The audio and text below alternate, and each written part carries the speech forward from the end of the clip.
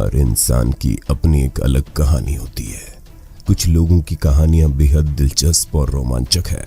कुछ कहानियों में दुख, दर्द और पीड़ा होती है, तो कुछ में प्यार और खुशियां। लेकिन हम आपको दिखाएंगे कुछ ऐसे लोगों की दिलचस्प कहानी जब लोगों ने हिम्मत नहीं हारी और मौत को भी मात दे डाली। Sir Douglas Mawson. Sir Douglas एक ऑस्ट्रेलियाई जियोलॉजिस्ट और अंटार्कटिक खोजकर्ता थे, जिन्होंने अमुंडसेन, रॉबर्ट फाकन स्कॉट और सर अर्नेस्ट शेकलेटन के साथ अंटार्कटिक एक्सप्लोरेशन पूरा किया था। 1913 में सर डगलस माउसन ने खुद अभियान का नेतृत्व कर अंटार्कटिक एक्सप्लोरेशन पूरा करने की ठानी। यह ऑस्ट्रेलियाई अंटार्कटिक अभियान था, जो ऑस्ट्रेलिया के नीचे अंटार्कटिका के भौगोलिक और वैज्ञानिक अध्ययनों के लिए निर्धारित किया गया था, जो लगभग पूरी तरह से अनएक्सप्लोर्ड था। इसका उद्देश्य भौगोलिक अन्वेषण और वैज्ञानिक अध्ययन करना था, जिसमें दक्षिणी चुंबकीय ध्रुव की यात्रा भी शामिल थी। उसमें एक स्लेजिंग यात्रा भी शामिल थी, जिसे माउसन ने अपने 2 साथियों के साथ शुरू किया। ऊंची बर्फ के चट्टानों के कारण अंटार्कटिका में पहुंचना बहुत मुश्किल था, लेकिन आखिरकार अभियान जहाज को प्राकृतिक बंदरगाह के साथ किनारे की तटरेखा खोजने में सफल रहा। माउसन ने यहाँ अपनी लकड़ी से निर्मित मुख्यालय स्थापित किया और उसका नाम केप डेनिसन रखा। 32 वर्षीय माउसन अपने 2 साथियों जेवरी मर्ड्स, एक स्विस पर्वतारोही और स्की चैंपियन, और एक 23 वर्षीय ब्रिटिश सेना अधिकारी लेफ्टिनेंट बेलग्राव निनीस के अलावा 12 कुत्ते और 2 स्लेज के साथ अभियान शुरू किए थे। 1 महीने की लंबी ट्रैकिंग और खोजबीन के बाद टीम ने एक बर्फ के मैदान को पार किया।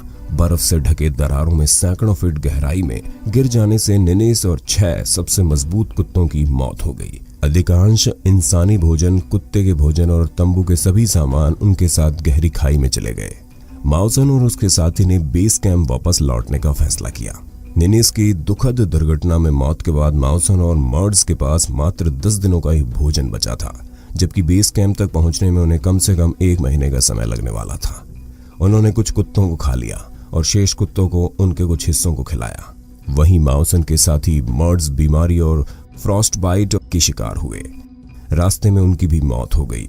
फ्रॉस्ट बाइट और भारी मानसिक तनाव के बावजूद माउसन फिर भी आगे बढ़ते रहे और करीब 100 मील का सफर अकेले तय कर लिया। इस दौरान वो गहरी खाई में गिर जाते हैं, लेकिन हर्नेस की मदद से लटके रह जाते हैं। किसी तरह से अपनी ताकत बटोर के वो अपने आप को खाई के दर्रे से बाहर निकालने का प्रयास करते हैं और सफल भी हो जाते हैं। अब वो अकेले ही बिना किसी कुत्ते या भोजन के आगे का सफर शुरू करते हैं। उनकी जिंदगी को वो मुश्किल पल भी आया जब खोजी दलों द्वारा कोई खाना नहीं छोड़ा गया। एक मैसेज से उन्हें पता चला कि वो केप डेनिसन से केवल 24 मील की दूरी पर है। आखिर में उन्हें वापस केप डेनिसन का रास्ता मिला। वहां उन्हें 6 अन्य खोजकर्ता और मिले जो उन्हें ढूंढने गए थे। वायरलेस टेलीग्राफ का उपयोग करते हुए उन्होंने जहाज को वापस बुलाने की कोशिश की, लेकिन मौसम इतना खराब था कि वो किनारे पर नहीं लौट सका। माउसन को वहां 1 और साल रहना पड़ा और बर्फीले तूफान की भूमि में हड्डी जमा देने वाली क्रूड सर्दी सहन करनी पड़ी। ऐसे मौसम के बावजूद माउसन ने 1 और वर्ष के समय को पर्यावरण के बारे में बेहतर अध्ययन करने के लिए उपयोग किया। उनकी पुस्तक the home of the blizzard में अंटार्कटिक सर्वाइवर्स की सच्ची कहानी है, जिसमें उन्होंने अपने जीवित रहने के लेख को लिखा। ऑस्ट्रेलियाई अंटार्कटिक अभियान के हिस्से के रूप में सब जीरो टेम्परेचर्स, वर्षों के दौरान ठंडी आंधी हवाओं में बिताए गए अपने दैनिक जीवन और कष्टप्रद रोमांच का विवरण दिया। सुतोमो यामागुची। जापानी इंजीनियर सुतोमो यामागुची उन बहुत कम लोगों में से एक थे जिन्होंने हिरोशिमा और नागासाकी पर हुए परमाणु हमलों की भयावहता को देखा था और कहानी सुनाने के लिए जिंदा रहे। 29 वर्षीय नौसैनिक इंजीनियर अपनी कंपनी मित्सुबिशी हैवी इंडस्ट्रीज के लिए 3 महीने की लंबी बिजनेस यात्रा पर थे और 6 अगस्त 1945 को उनका शहर में आखिरी दिन होना था। यामागुची परमाणु बम गिरने के दौरान हिरोशिमा छोड़ने की तैयारी कर रहे थे। 6 अगस्त को यामागुची अपने 2 सहयोगियों अकीरा और कियोशी के साथ शहर छोड़ने की तैयारी कर रहे थे। सुबह 8:15 जब वो डॉक की ओर चल रहे थे, तभी अमेरिका द्वारा शहर के सेंटर में लिटिल बॉय परमाणु बम गिराया गया। यामागुची उस वक्त ग्राउंड जीरो से 2 मील से भी कम दूरी पर थे। उन्होंने बाद में ब्रिटिश अखबार टाइम्स को बताया कि मुझे नहीं पता था कि क्या हुआ मुझे लगता है कि मैं थोड़ी देर के लिए बेहोश हो गया। जब मैंने अपनी आंखें खोली तो सब कुछ अंधेरा था और मैं कुछ नहीं देख सका। विस्फोट ने उनके कानों के पर्दे फाड़ दिए थे, अस्थायी रूप से अंधा कर दिया था। उनके शरीर का ऊपरी हिस्सा बाईं ओर गंभीर रूप से झुलस गया। कुछ समय बाद थोड़ा ठीक महसूस करने के बाद वो घिसड़ते रेंगते हुए अपने सहयोगियों को खोजने के लिए निकल पड़े। उनके सहयोगी भी बच गए थे। अपने घर वापसी नागासाकी में लौटकर उन्होंने इलाज करवाया। उनके घाव पर भारी पट्टी बंधे होने के बावजूद उन्होंने 9 अगस्त को अपने काम पर रिपोर्टिंग दी।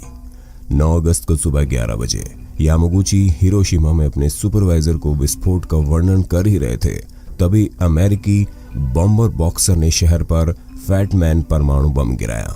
नागासाकी वाला परमाणु बम हिरोशिमा पर गिराए गए से भी अधिक शक्तिशाली था। इस बार भी इत्तेफाक से वो ग्राउंड जीरो से 2 मील से भी कम दूरी पर थे, लेकिन इस बार उन्हें विस्फोट में कोई नुकसान नहीं हुआ।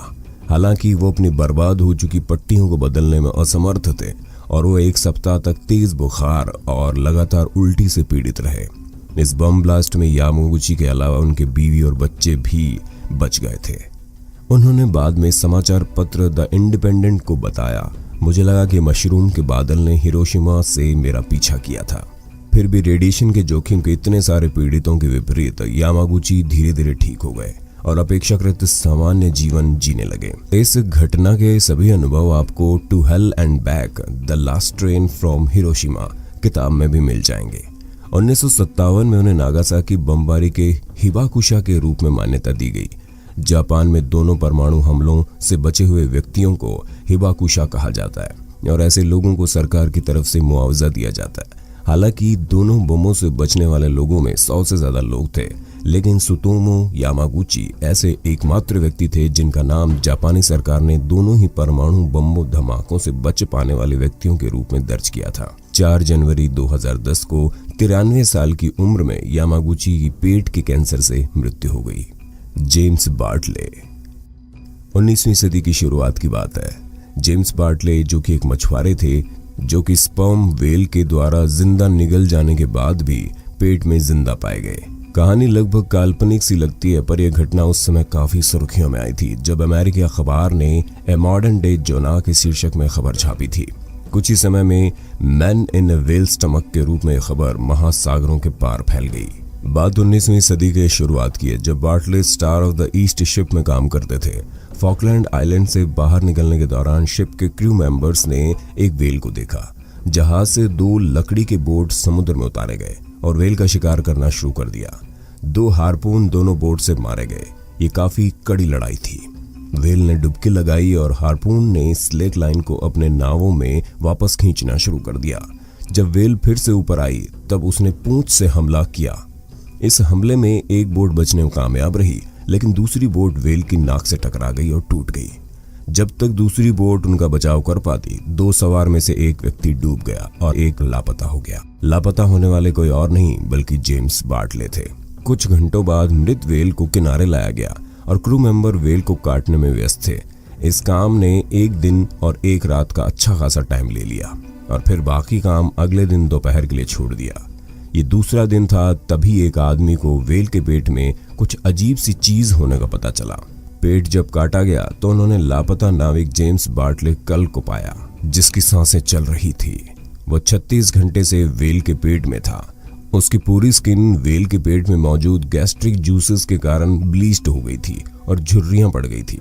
2 हफ्ते तक वो मानसिक रूप से अस्थिर रहे, लेकिन तीसरे सप्ताह तक बार्टले पूरी तरह से ठीक हो गए और अपना काम व्हेल फिशरमैन के रूप में फिर से शुरू कर दिया। बाद में बार्टले ने बताया कि उनको ये याद है कि वो पानी में गिर गए थे। उसके बाद उन्होंने अपने आप को एक चिकनी और फिसलन वाली बंद जगह पर पाया, जो कि बहुत गर्म था और घना अंधेरा था, और वहां वो बड़ी मुश्किल से सांस ले पा रहे थे।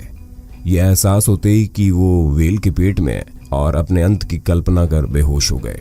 उसके बाद जो अगली बात याद है वो ये कि जब उनकी आंख खुली तो वो कैप्टन के कैबिन में थे।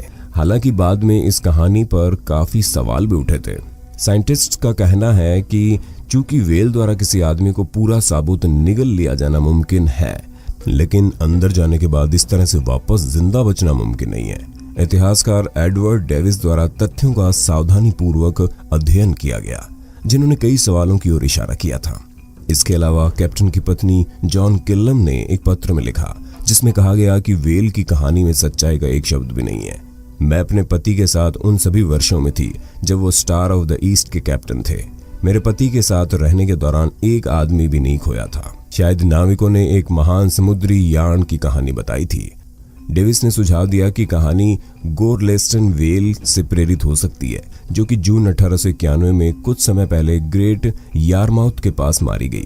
एक 30 फुट रोरकल थी जिसने काफी पब्लिसिटी पाई थी, जबकि कहानी की सत्यता पर सवाल उठता है। स्पर्म व्हेल के लिए शारीरिक रूप से संभव है कि वो मानव को पूरी तरह से निगल ले, क्योंकि ये विशाल स्क्विड को निकलने के लिए जानी जाती हैं। आप इस बारे में क्या सोचते हैं, नीचे कमेंट में जरूर बताइएगा। आप ऐसे ही वीडियो देखना चाहते हैं तो कमेंट बॉक्स में पार्ट 2 जरूर लिखिएगा। अगर आपको वीडियो पसंद आए तो लाइक और कमेंट जरूर कीजिएगा, लेकिन जो नए यूजर है वो हमें सब्सक्राइब जरूर कर लें और सब्सक्राइब बटन के बगल में दी गई घंटी पर क्लिक करके सबसे पहले ऊपर वाले ऑप्शन ऑल पर क्लिक कर दें, वरना आपको हमारी नई आने वाली वीडियो की नोटिफिकेशन यूट्यूब द्वारा नहीं भेजी जाएगी और आप हमारी आगे आने वाले वीडियोज नहीं देख पाएंगे।